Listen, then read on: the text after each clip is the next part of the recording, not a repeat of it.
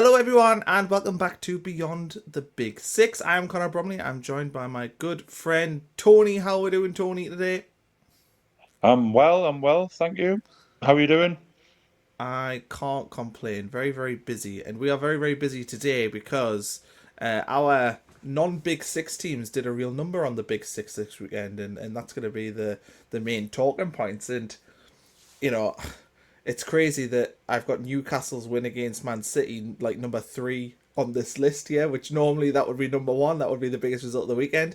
And then you've got Forest beat Liverpool 3-0. I mean, that surely is the number one result of the weekend. But I've actually started this one today with Everton beating Man United 1-0 because the fact they were down to And 10 man, men. Everton. Yeah, that's exactly it. They were down to 10 men for pretty much the whole game. The start of the game really, really well, I thought as well. And the 10 man you'd think would have unstuck them, but it didn't. They scored an incredible goal. Drewsbury Hall with an unbelievable strike. And I just thought it was a really big win. So that's where we're going to start today. Let's talk about the red card first, though. What was your view on this incident? Do you think it was the right decision or not? Um, Probably not for me. I do think it was very soft. You know, Teammates have disagreements all the time. Yes, he's wrong to raise his hand to him, but at the end of the day, it's one of those for me. I think it is very soft. You'd be very frustrated. It's not quite the Kieran Dyer, Lee Bowyer from years back where there was actual closed fists thrown and ripped shirts and God knows what else. Um, it wasn't that. It was a bit of a disagreement, and I mean, Gale is a bit smaller than Michael Keane, so I think Michael Keane could have handled himself if need be. But yeah, it was a bit soft for me.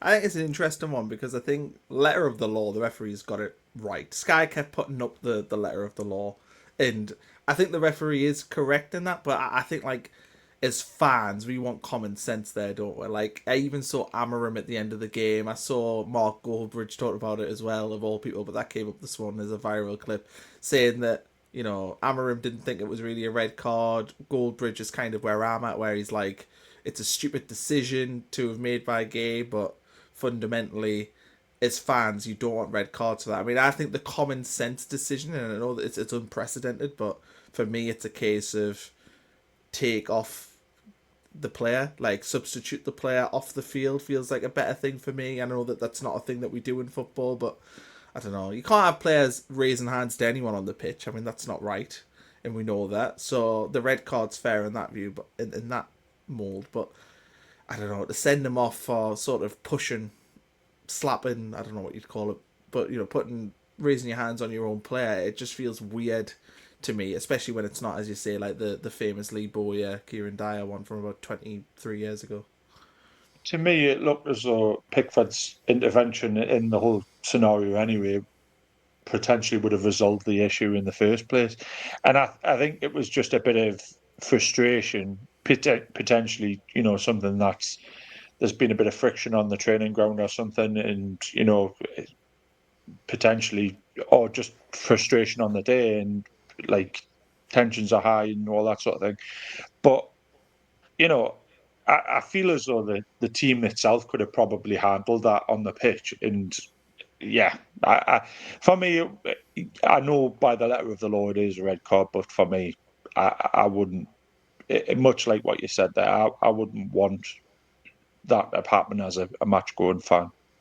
Do you think that the red card sort of knocked Man United? Because I was watching the game and I thought Everton started really, really well, and I felt like they didn't score maybe when they were on top in the first sort of 10 minutes, and then the red card I think happened in the 13th minute.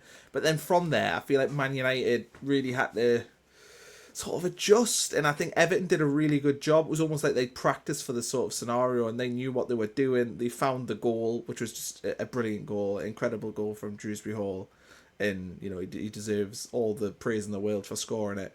But it felt to me like Everton had a plan for this scenario, and I think Man United didn't have a plan to play against 10 men. And yes, Pickford, which we'll talk about, he was phenomenal. He made some unbelievable saves, and I think he's probably in this sort of performance, he cements why he's probably seen as one of the best goalkeepers in the Premier League. But I just felt like Everton were prepared for this situation, and Man United sort of weren't. Yeah, it's almost as though they kind of ran out of ideas, and the sending off almost galvanized like Everton in that respect, and it gave the like I know sometimes like a decision at your home like sometimes galvanizes the fans and gets the fans behind the team. Has that had a similar effect on Everton as a squad? You know, going down to 10 men and like, right, we're really in this now, and we really need to work on this and fight for everything. But yeah, Man United, yeah, it pleases me greatly to watch them get beat. Yeah. A word on Pickford. I thought that save he made off Xerxes was unbelievable. I mean, as good as save as you saw, and like he, for me, was at times it felt like he was like sort of willing Everton on and being like, they're not going to beat me today. Like if you can score a goal at the other end, they're never going to score a goal past me. I thought that is was up there with one of the best goalkeeping displays I've seen for a while. 100%. He's got that in his locker. You know, season upon season, you kind of see it towards the tail end when Everton are lingering down that bottom end of the table. His game just elevates, and it's almost again he likes that backs against the wall sort of. You know, we're in this. This is going to be a dogged fight, and it ups his levels. He seems to improve. So yeah, I do think that scrutiny and that pressure sometimes really pays off. It has gone the other way at times, but I do think he kind of thrives on that at the best of times, and it seems to be when it matters most. Yeah, I think he's definitely matured as a player. I think 5 or 6 years ago he was not quite there, but right now he is. This result as well for Everton, I think you can have sort of season defining results, and I think this could be for them because the manner in which they win, they go obviously down to 10 men. They've got to play pretty much the full game. It's a weird red card. It's a sort of red card you see once every 10 seasons. I don't remember a player since the Lee Bowyer Kieran Dyer one at any level being sent off for sort of infighting on the pitch. So it was a weird red, and then Everton find a way. I thought the supporters were magnificent as well last night. It just felt like for Everton this was just a special evening. Everything went right, and if they can build on this, maybe they can actually push up and maybe be top eight contenders if they can build on it, and that's the big thing for them. They've had false dawns many over the years, but David Moyes knows how to get teams into Europe. He's done it at West Ham multiple times, and I just wonder if this could be the catalyst for them going forward.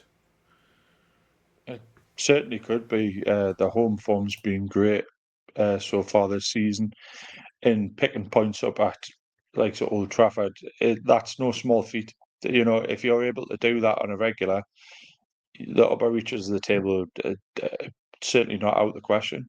I completely agree. You know, you, if you're going to be able to go to places like that, which historically have been very tricky grounds to go to, and a lot of teams have struggled to get points there over the years, and pick those points up, you know, you're laughing really. European football is a reality if you're able to do that.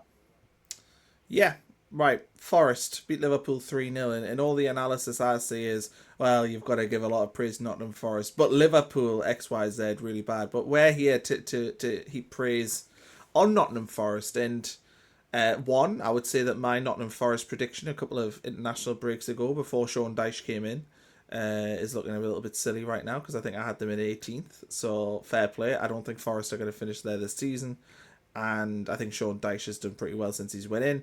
But I think for this game here, I think Forest just had a really good game plan. They weathered a first half storm. I think that is inevitable whenever you go to a place like Anfield or this Etihad or the Emirates. If you were to get a result there, you will have to weather intense pressure. And Liverpool maybe could have been ahead in the first half, but they didn't score. But Forest were clinical in the chances that they got, and I think were deserved winners in the end. And what I really liked about this is their game plan, I think, would have been exactly this. This is how they envisaged the game going if they were going to win. It was a case of not letting Liverpool get an early goal. Liverpool then maybe question themselves, thinking, oh, right, okay, is it going to be another one of those days? And then being really clinical when you get their moments to put yourself ahead. They scored another goal for that Ego Jesus, which got disallowed.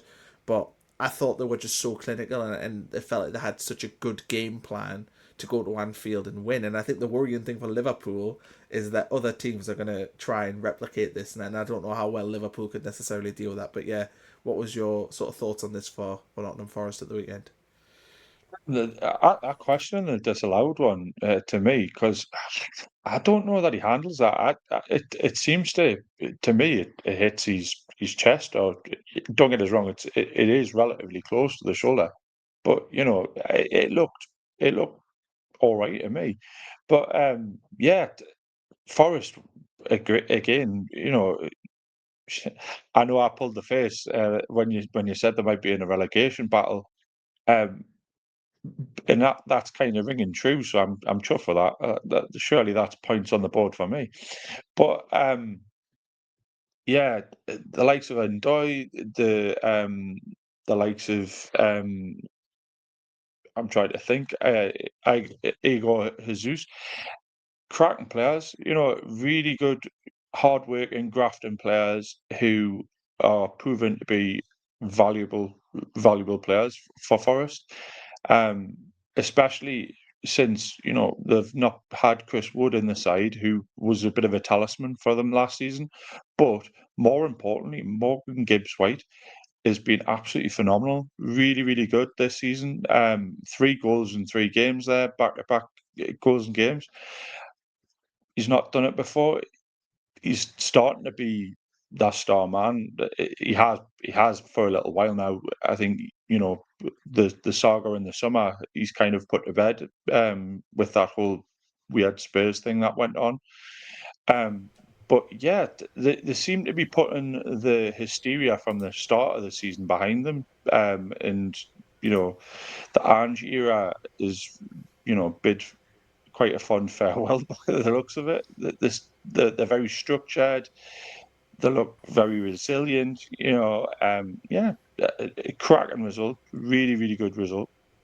Yeah, and they've got Brighton coming up at home this weekend. Then they're away at Wolves, and then they play Everton away. So they've definitely got a chance to pick up points. Even Tottenham at home doesn't feel like an insurmountable task for Nottingham Forest when they're in this sort of form. So I think Forest have got a chance to really jump up the league table if they can build on this, and you hope that they would. And as well on Morgan Gibbs White, I think he had a slow start of the season, but he showed sort of over the last month that he looks like the player that we all know and love. And yeah, Forest, I don't think Forest are going to be hanging around the bottom end of the league table for much longer. And we did kind of know they had a good team. I mean, one of the reasons why I had them in the bottom three about 2 months ago, whenever it was, maybe a month ago, was the stuff that was off the field and the issues they had, and the Ange decision and all that. And I just thought they might have a self imploding season, as teams normally do when you have 3 managers by October. Normally, the implication of that is that you're probably going to have a bad season. But I think Sean Dyche is going to tick them over nicely. Right, Newcastle. And I think my takeaway from this one is that this is exactly what I expect from Newcastle United. They have two really honking away performances, and they follow it up with a win against Man City. Look, I think they rode their luck. I think that for me there was a Shaw penalty on Phil Foden. I'm still bemused as to why that isn't checked by VAR in given, because I don't get it. But to win these games, you've got to do that. We talk about this with Nottingham Forest. You've got to ride your luck a little bit to get it. And I actually thought Newcastle in the end were decent value for the win. And even if the penalty had went against them, they probably still would have got something from the game. But there we go. But I thought, yeah, good from Newcastle. Excellent. What I expect from them. They need to rectify, of course, the away form, and they need to make sure that it's not just these big home games that they're up for. They need to do this consistently. But it's a good starting point for them, because the worry was is if they lost this game, I think they would have been on 12 points or something like that. They would have really had I think you would then say they've had a really bad start to the season, but this gives them a little bit of breathing space, instills some confidence in the fan base, and has them thinking, do you know what, we're not as bad as maybe our league form suggested this season. And for me, it's the building blocks. They've got to now come from here and pick up results. I'm looking at the next couple of games. Everton away, not going to be easy, but Newcastle have enough, I think, to go to Everton and get something. Tottenham at home, again, you look at that and think, well, Newcastle have already beaten Tottenham at home this season. Tottenham notoriously bad at St James's Park.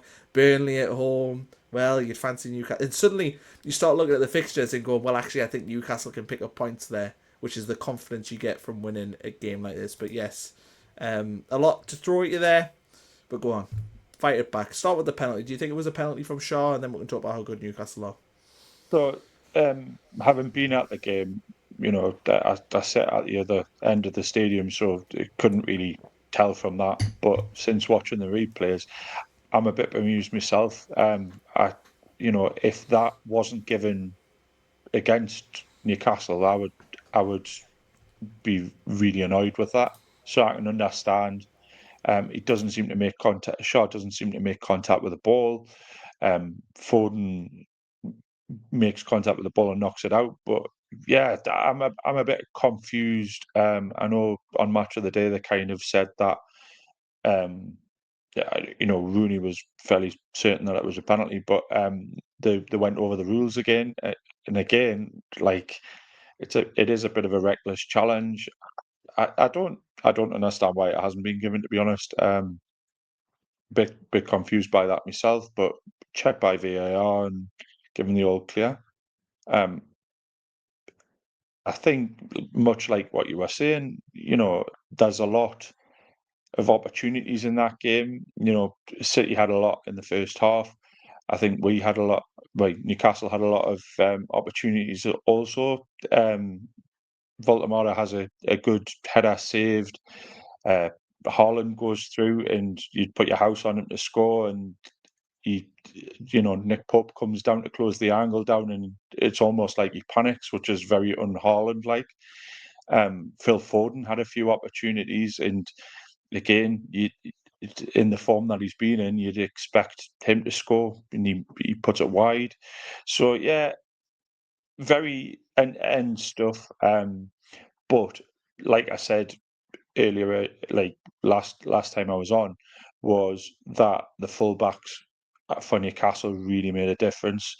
Um, City like are starting to play the ball down the middle a lot. We've seen that a lot over recent weeks, and Newcastle were able to force them onto the wings and press to the wings, so they were forced to go down the outside, and they struggled.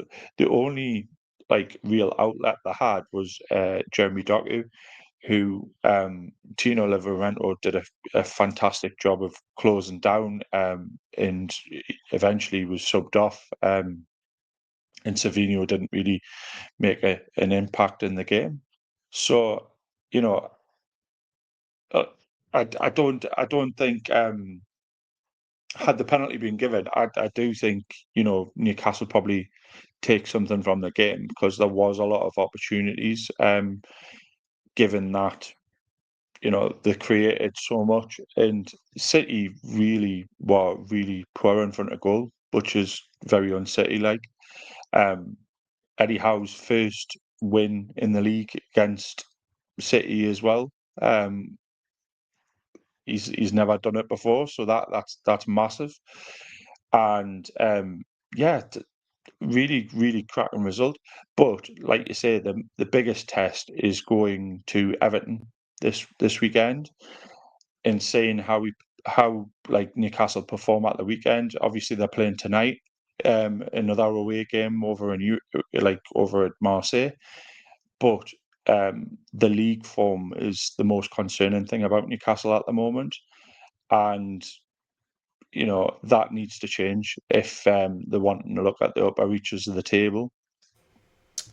Yeah, yeah, I would agree with that assessment. Right, let's look at the other end of the league table, because it's been a bit of a running theme on this show for the last couple of weeks, but I'm really now in worried territory for Leeds. I mean, I'm beyond worried for Wolves. I think Wolves I think they're gone.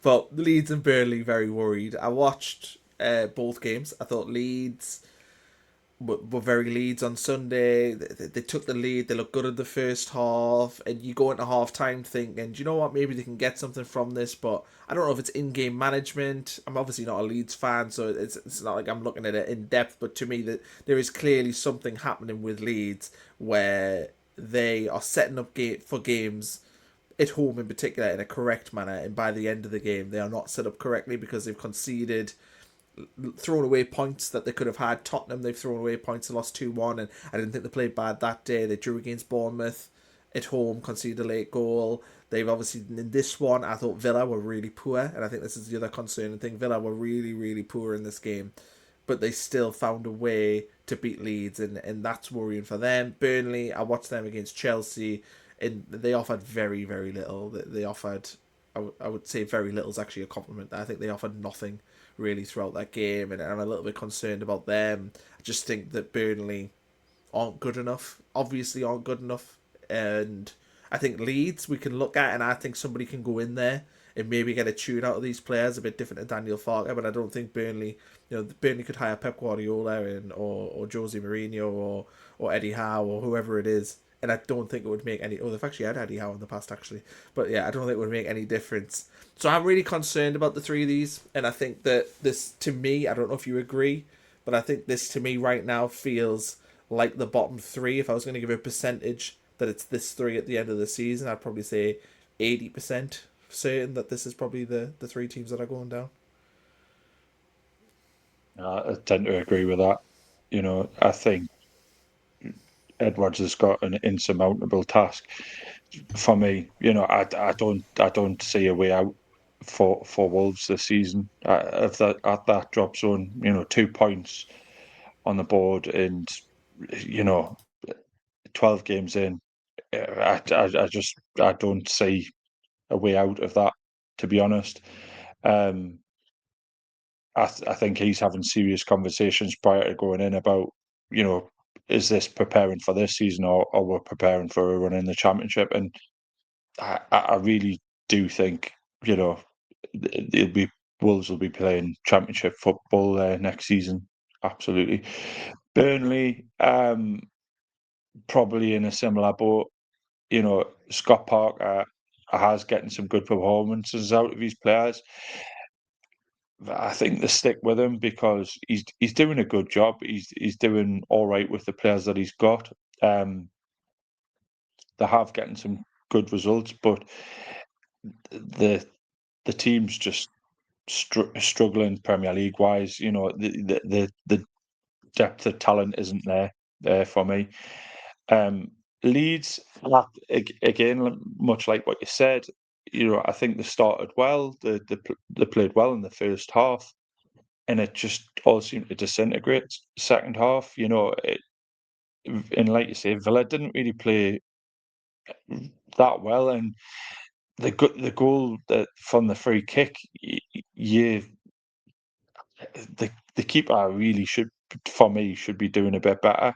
He kind of looked very static in goal, and there was a couple of telltale signs early on where Perry just didn't look at the races on that day for whatever reason. There was like a couple of mistakes early on, um, but yeah, it's it's worrying times for me for Leeds fans as well. But like you say, if a new face was to come in, could that new manager bounce, and that new like ethos and new ideas help to propel them up the table? And it potentially, yeah, like you say, it very much could do.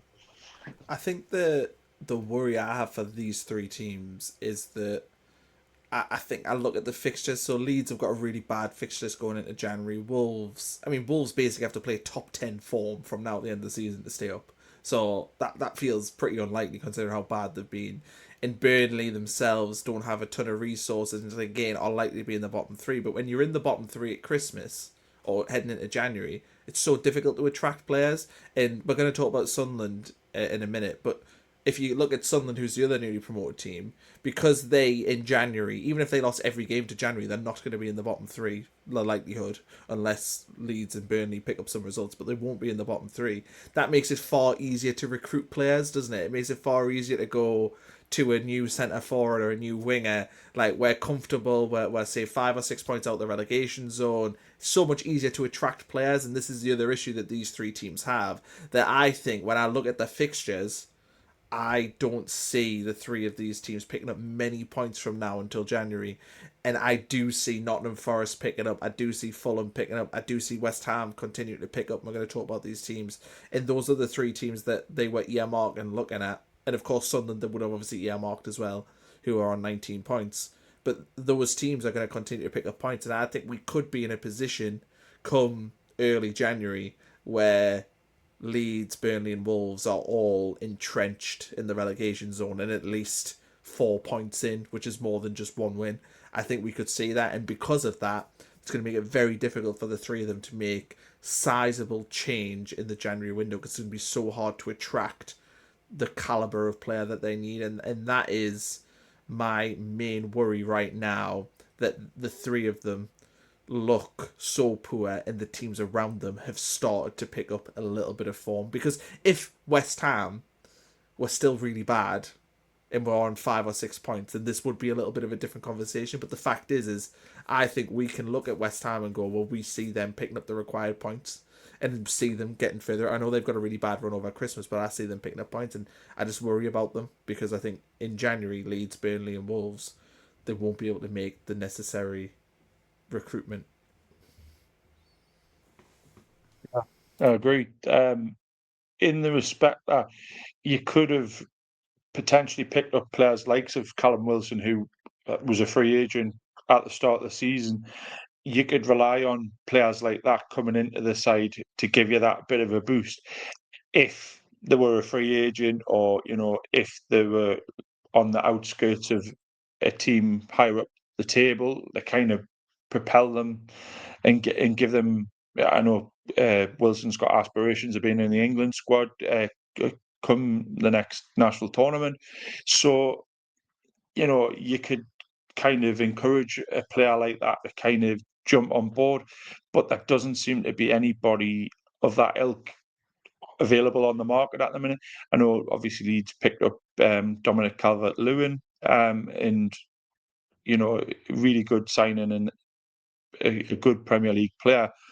But again, you're relying on the fact that he's kind of come on board with the ambition of fighting to keep the team in the Premier League, and then you kind of, when you're entrenched in that relegation zone and in that battle, trying to get players on board and sell them a project it becomes that bit more difficult, just like you say.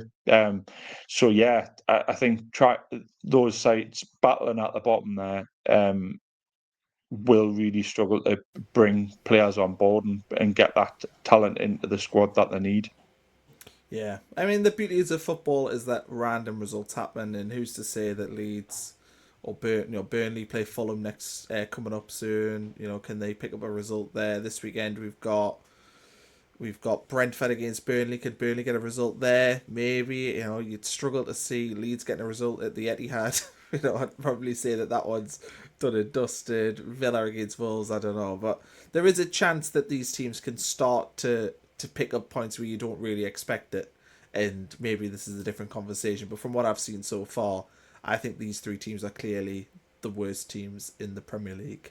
Let's move on though. Fulham beat Sunderland. This is we talked about obviously the current bottom three. Fulham winning this, I think, was a big blow for them because I think a lot of people were starting to look at Fulham and worry a little bit about them, especially with the noise around Marco Silva. So this was a really big win for them. Sets them up quite well for the festive period. Gives them a little bit of breathing space on the bottom three, and I thought that this was without talking about how Sunderland played, but I thought for Fulham this was them looking quite dominant, creating a lot of chances, back to sort of their old selves, which we all knew that there was a decent team in here that just hadn't really showed it all that much this season. So I thought this was a good win for Fulham, and one that I think will set them up quite nicely for the rest of the season.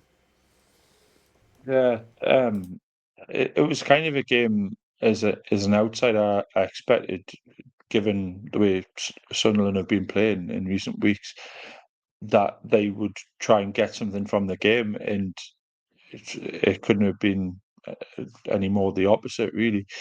The the way Fulham played, the amount of opportunities that they had, they really picked Sunderland off, and it was quite surprising, and I think it caught Sunderland by surprise. There was a lot of opportunities, yes, albeit a lot of them were from range, but Raul Jimenez with the poacher's goal, like you're getting to see the Fulham of last season, where they were a very active, very like free flowing team. So yeah, really quite impressed with the result. It's no small feat to get a result against Sunderland at the minute. They've been playing really well. So yeah, cracking result for Fulham. Yeah, Sunderland were. It was a weird performance from Sunderland. I think it looked very obvious to me that it had been a national break and they were having to travel to London, which I think is maybe an underrated factor. You're coming from an international break, so that means you're back in on the Thursday, then you've got to travel on the Friday, so you lose that day's preparation. But Sunderland set up with the five at the back, and the five at the back I think is all well and good when you're playing against Arsenal and Chelsea, but they've used it against Everton at home, and they were poor in the first half. They did adjust, and they used it here, and I thought they were poor, and they lacked real attacking impetus in the game, and they just didn't look free flowing. They had 4 shots in the game. They produced a really low XG, and if they'd stolen a draw, look, the goal came quite late. They maybe could have held on and got a really really good point, but they didn't deserve it. And I think Fulham definitely deserved the win. And hopefully, from Sunderland's perspective, this is just a blip. They've had a really good start of the season. They've had some good away results. You aren't going to win every game, even though it feels like Sunderland are picking up points in every game. You aren't going to pick up points in every game. And I think this is maybe a lesson. And I think the one thing for Sunderland is that they've always, generally, under Regista Bruce, well, not even generally, they always have bounced back from defeats quite well. So Bournemouth this weekend for them, who we're going to talk about next. And that's going to be an interesting game because we'll move on to Bournemouth. West Ham get a draw there, and I thought Bournemouth were really unlucky, really. They were 2-0 down. I think West Ham had 2 shots on target. They both go in. Callum Wilson, one of them, an absolutely delicious finish, sort of what we're used to seeing when he was at Newcastle a couple of years ago. And Bournemouth really pressed. Areola in the West Ham goal was incredible. He won man the match, I think, deservedly so. So there's two ways of looking at this. One, you could say it's more drop points for Bournemouth. I think they've got 2 wins in 8. Maybe they're off the boil a little bit. Or the other way of looking at it is they got goalied or FM'd, as you're wearing that FM shirt there, where they deserve to win the game and just contrived not to somehow. So yeah, I'm not massively concerned for Bournemouth. Don't think they're off the boil. And as for West Ham, I feel like they're really ticking up the league now, and they're playing the Nuno way. 7 points, really good away point here. So yeah, I think this is a good result for West Ham more so than Bournemouth. But I think Bournemouth being 2-0 down, I think they'll probably have taken the point there and then. So overall, I think both probably happy with the point in the grand scheme of things. I'm not so sure. I mean, West Ham going into half time, 2-0 up and looking quite comfortable. And then it was a very much a tale of two halves for Bournemouth in the first half. Like they barely registered anything. The stats are really really poor and not what you expect from Andoni Iraola's Bournemouth. You just don't get that very often. Um, West Ham did a cracking job of nullifying Bournemouth in that first half, but then second half, Wilson comes off, Suchek goes on, and Bournemouth make a couple of substitutes, and the whole game just flips on its head. It's completely different. You know, you get to see Bournemouth back to being Bournemouth. It was almost like they took the day off in the first half, and then second half they just sprung to life. And like you say, Bournemouth would probably feel a bit hard done by second half that they haven't come away with all 3 points. Um, but yeah, to me, from a West Ham perspective, to be quite comfortable in the first half and to come away with a draw, maybe is a little bit disappointing. But given how they've been playing this season, um, yeah, it's a solid point. You know, there's a lot of sides that'll go to Bournemouth this season and really struggle because yeah, I'm a big fan of Bournemouth, and Iriola, he's got them playing some really good football.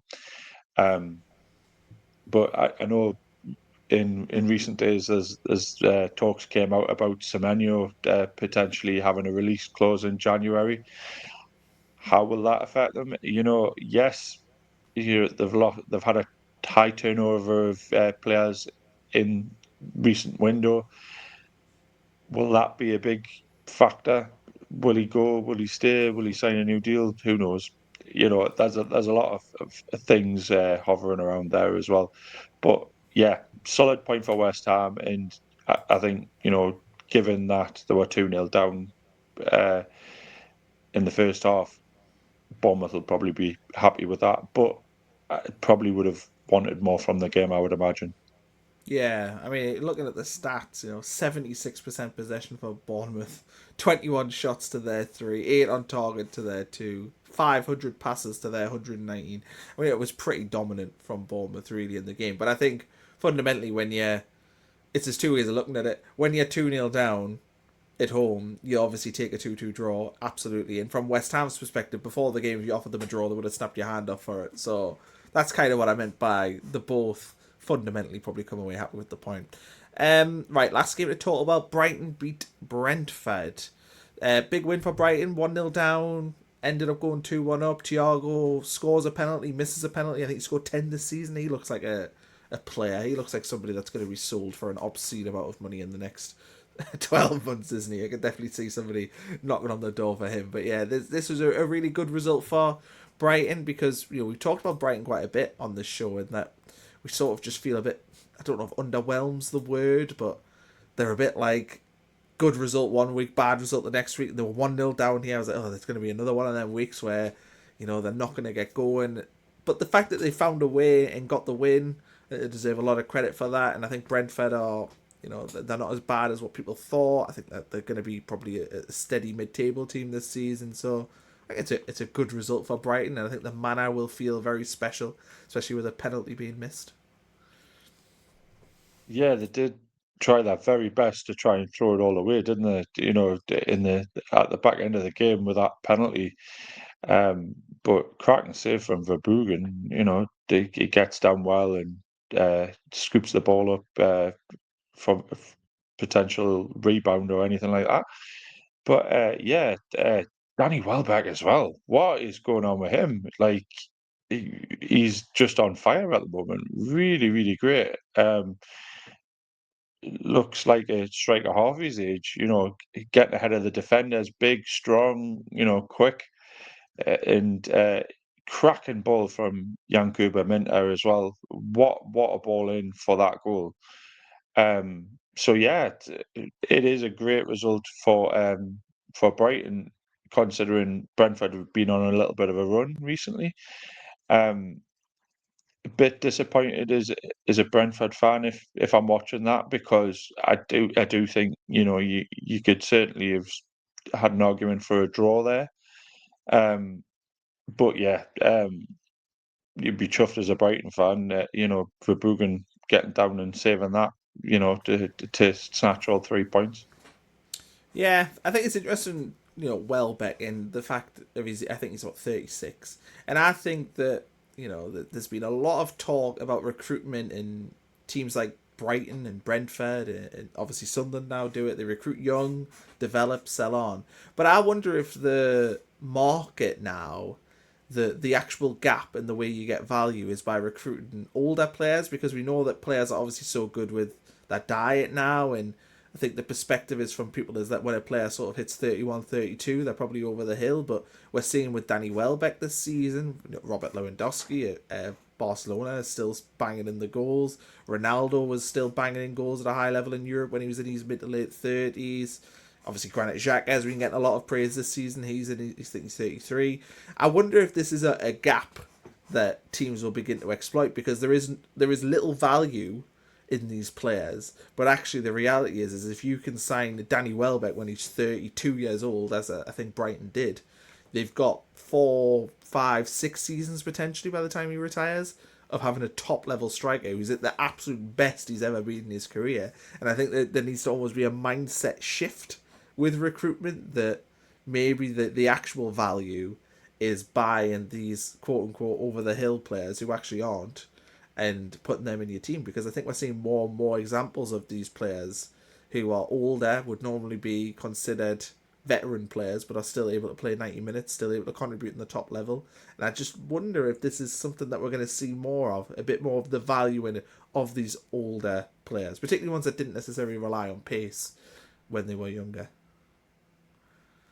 I mean, it's that added level of experience and leadership that you see. I know you mentioned Granit Xhaka there. We've talked about it a few times. He's almost like a part of Regis Laborie on the pitch.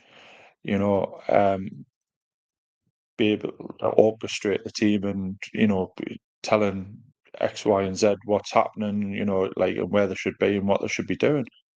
And you know, Welbeck is very much like that too. So he's like a focal point for the attack, but he's also very switched on, and he has the experience and knows where he needs to be.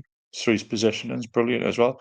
So yeah, potentially that could be something that teams do to start to try and tap into. Yeah, that'll be me on my next football manager save. Going for the oldies instead of the young. One player that I want to mention that I haven't really mentioned in the there is Jeremy Pino. What a game he had for Crystal Palace at the weekend there.